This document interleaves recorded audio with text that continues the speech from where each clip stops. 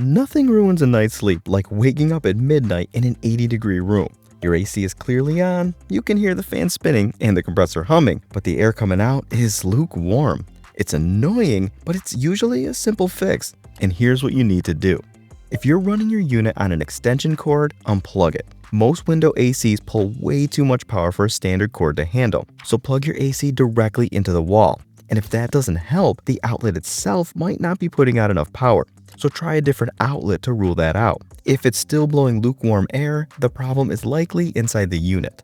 Most window AC problems come down to restricted airflow or dirt buildup somewhere that needs to be cleaned. Before you start unscrewing anything, do yourself a favor and take pictures of every step. It makes putting everything back together way less frustrating. Now, for the cleaning, start with the filter. Pop off the front panel, pull it out, and look at it.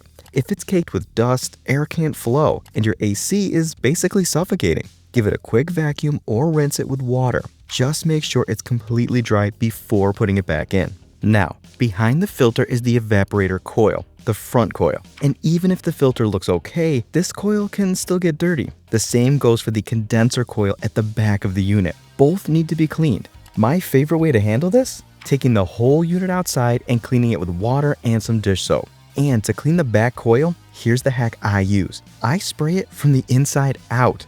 This way, you push debris away from the unit, not deeper in. And something else to note, no water should come in contact with the electrical parts or the fan motor. You're trying to fix the AC, not short it out. Then, let everything dry fully. Before reassembling, also look at the fins on those coils. If they're bent, airflow gets restricted, so grab your fin comb and straighten them out. But be really careful. I cut myself once. And this might sound obvious, but don't make the beginner mistake of using a pressure washer. It'll crush those fins flat and further damage the unit. And to keep your unit in top condition, clean or replace the filter every 4 to 6 weeks.